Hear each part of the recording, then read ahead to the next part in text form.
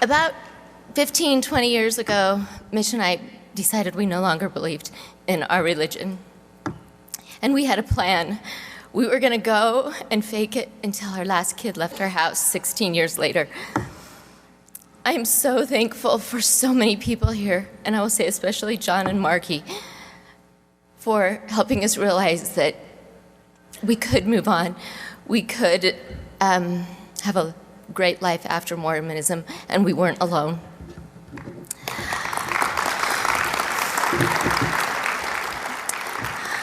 You know, I will probably never talk in front of another group that I admire so much either.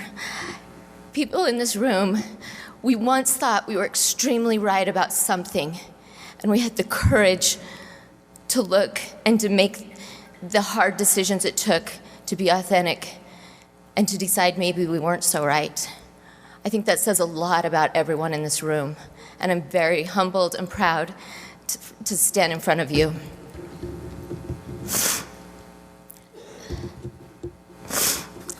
So Maya Angelou said, "You are only free when you realize you are brave that you belong no place. You belong every place, no place at all. The price is high, the reward is great." As Mormons, we belonged. We were part of the only true church on earth. We were 16 million strong. That was being part of something larger than ourselves. And then all of a sudden, we're out. We no longer fit in, and we're wrong for not fitting in. Maybe while I'm talking, oops, I gotta click. Boom. You'll be thinking about what belonging means to you. So Mitch and I are living in Provo about a decade ago. We've decided we need to take a break from church. We're scared to death. We're outside of the community we love. All of a sudden, we know nothing, when before we thought we knew everything. We had 6 kids ages 12 to 2. We were that good of Mormons. And we were scared to death. We had no idea how to parent without the structure of the church. And how do you teach morality without the fear of God? It felt uncomfortable, and we were out of sorts. I felt like I had walked into an untamed wilderness. I really struggled for years. Let's see, I think I'm on the next slide. I gotta remember my slides. Boom. Okay. I struggled for years. I made the assumption that everybody thought that we were dark, that we had been led astray by the adversary. I felt people pitied me, and I felt a lot of shame for that. After 5 years of not attending church, not one person had ever asked me, "Why aren't you going anymore?" I always felt like it was the elephant in the room, and it made me feel completely alone. During the same time, I was learning that suicide is the leading cause of death for our youth in Utah, and that our LGBTQ youth are 3 times more likely to take their lives than their straight peers. The numbers are staggering. I started wondering if these queer youth felt as I did, that they were outside of the community they loved, judged and misunderstood. Did they think if people knew my heart, they would know I was good? I decided that something needed to be done, and I had this crazy idea that I could do something about it. That was the beginning of Encircle. This is the house the Aldens bought for us in Provo.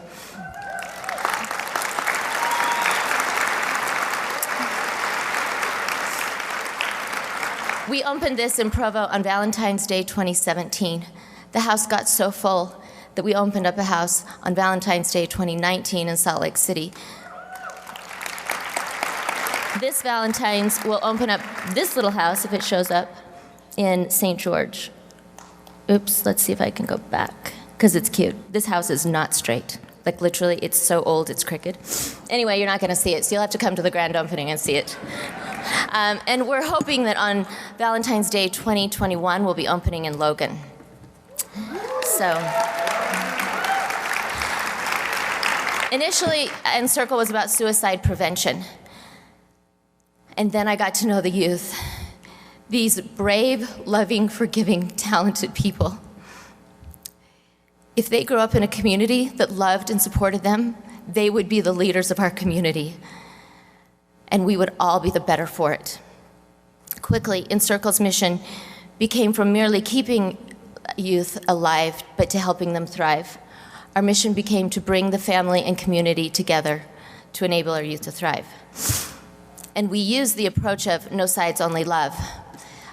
Jacob Dunford, who John mentioned earlier, a young 21-year-old kid at the time who was gay, when we needed a slogan for how are we going to fit in across the street from the Provo Temple and be a place of love and a real resource for the community, he realized that was the only approach we could take. And that's the approach we try to stick with at all Encircle homes at all times.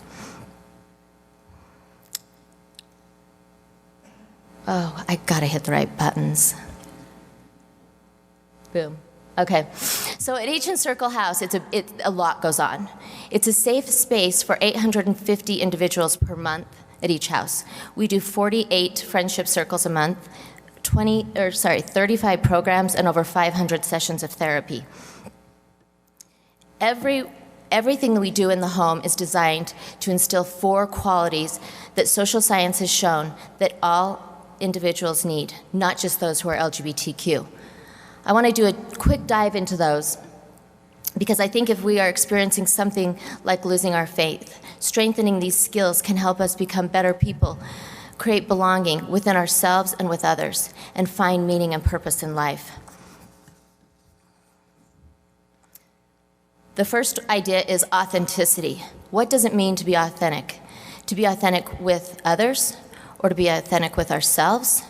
The beautiful part is that it can mean something different to everyone. The core is that we show up as ourselves, whomever we are, and whatever that looks like. I have often thought about how difficult it was for me to come out of a religion and to admit to my family and friends that I no longer believed. Can you imagine the courage it takes when you're 18, 12, 13 years old and you come out as LGBTQ? I tell these kids, I didn't dare be authentic until I was 40 years old, and I think I've grown and stretched a lot since then. I cannot imagine who these fierce and courageous youth will be by the time they are our age.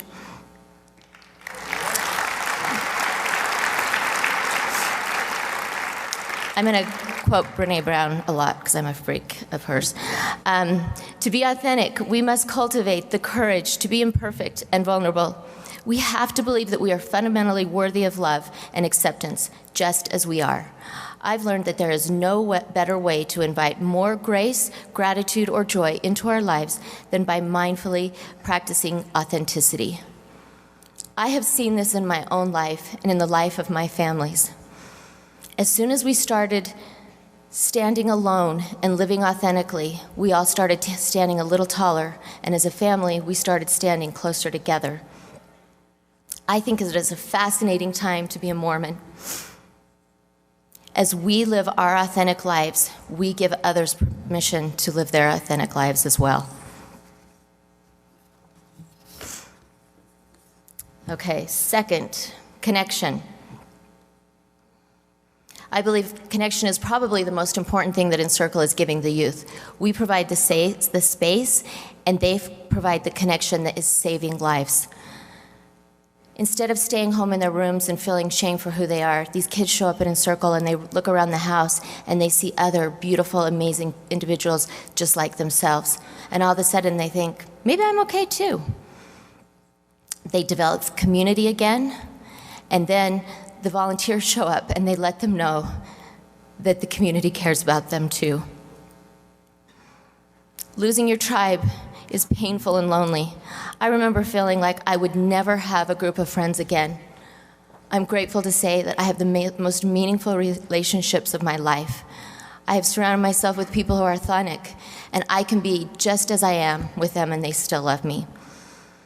I am so grateful for groups like WACA, Mama Dragons, Mormon Stories, and events like Thrive, and I'm thrilled that many people have found their tribe at Encircle.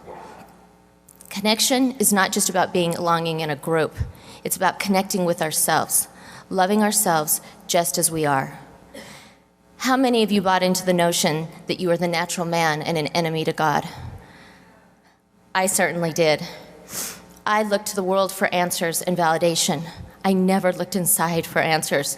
The result is I had a lot of insecurities, and I needed to be and I struggled with perfectionism. I truly was afraid if I didn't stay close to the church, I would end up in the dark and lonely wilderness. And in the wilderness, I would do horrible things like drink coffee, go skiing on Sunday, and even listen to Mormon story podcasts. No. Sorry, John.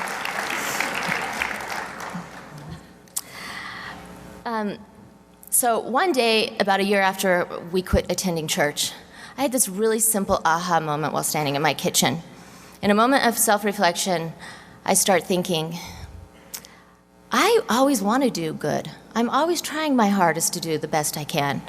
I try to love other people, and then I realized it wasn't the church that gave me that.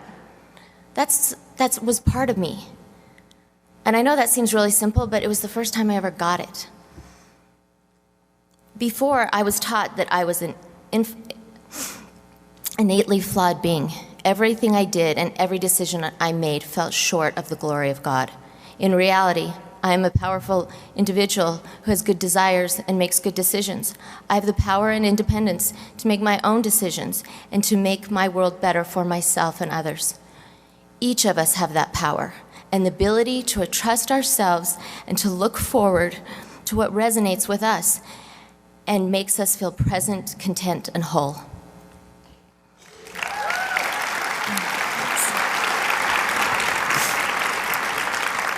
From this moment, my confidence started to grow a little bit. My love for others grew, and I started realizing that almost everyone's doing their best. And we have the best intent. Just like the LGBTQ community comes into this world and they should be who they are, I think we too come into this world to be just as we are. When we love our whole selves, we are powerful. Brene Brown again. We confuse belonging with fitting in, but the truth is that belonging is just in our heart. And when we belong to ourselves and believe in ourselves, above all else, we belong everywhere and nowhere. Okay, third, positive emotional experiences. It is vital for everyone who wants to live a happy and healthy life to daily feel emotions like happiness, excitement, joy, hope, and inspiration. Encircle provides programs and events partially to give these youth something to look forward to, something to keep them alive. We hope that if we help them develop skills and talents, that they will have things in their lives that bring them confidence and joy. We may feel lost as we lose our religious beliefs.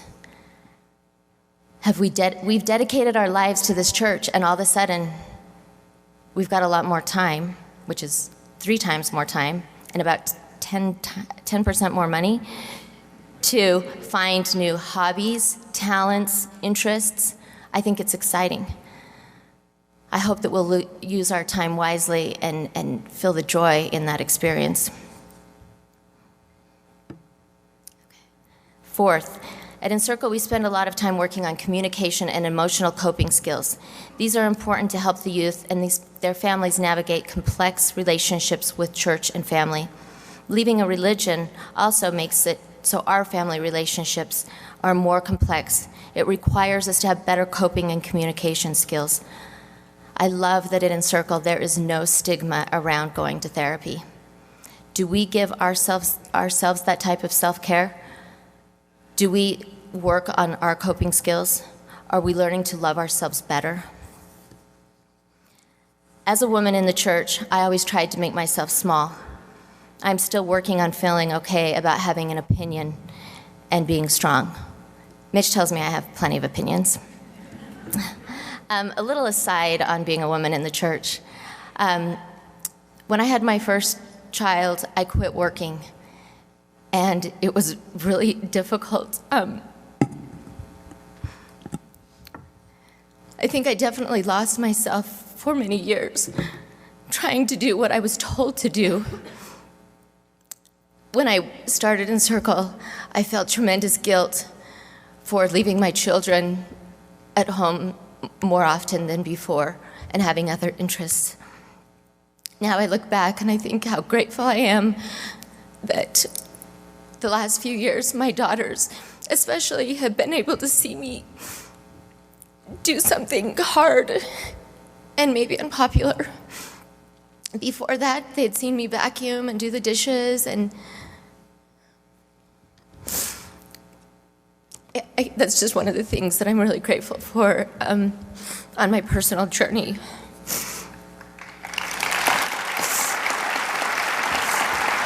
Thanks.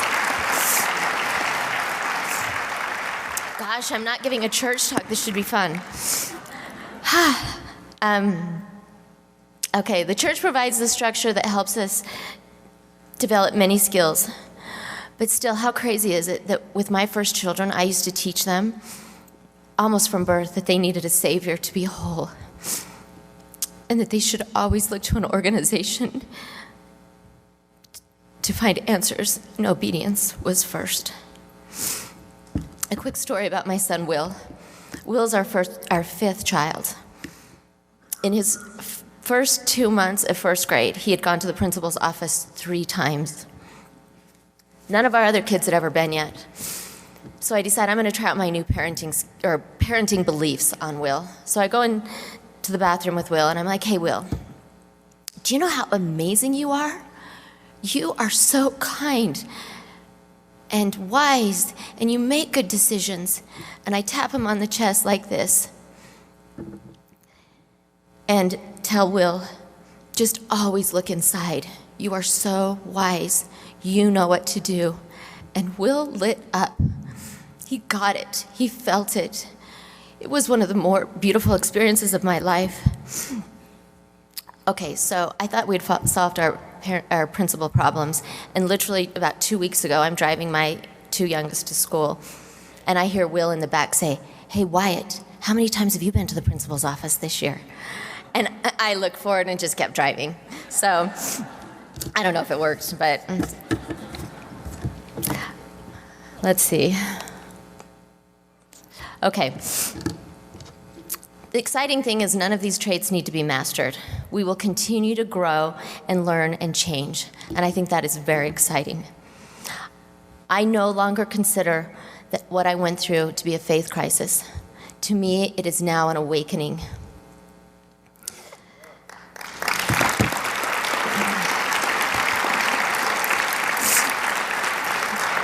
The world is more interesting and beautiful. Isn't it fun to reconsider old paradigms? I love no longer having all the answers. I love to look out into the world and try to find God on my terms. I love that I am good enough just because I am. I think our kids are better off and our family is closer because of the leap of faith we took. My challenge to all of us is that we don't throw away all the good things we've learned in Mormonism. It made us who we are. Let's take those things that we learned that were so good and combine it with being authentic, finding new purpose and meaning in life. When we see problems in the world, let's not just complain about it, but do the work to change them. We can be the answer to the wrongs. We can be the change we want to see. Let's move forward with excitement for the whole new world that's in front of us. In the beginning, we talked about belonging. I hope you've been considering what that means a little bit to you. I want to conclude by another quote from Brené Brown. Let's see, I've got to find it here. Okay. True belonging requires us to believe in and belong to ourselves so fully that we can find sacredness in both being a part of something and standing alone when necessary. But in a culture that's rife with perfectionism and pleasing, and with the erosion of civility, it's easy to stay quiet, hide in our ideological bunkers, or fit in rather than show up as our true selves and brave the wilderness of uncertainty and criticism. The wilderness is an untamed, unpredictable place of solitude and searching. It is a place as dangerous as it is breathtaking, a place as sought after as it is feared. But it turns out to be a place of true belonging, and it's the bravest and most sacred place you'll ever stand. Thank you.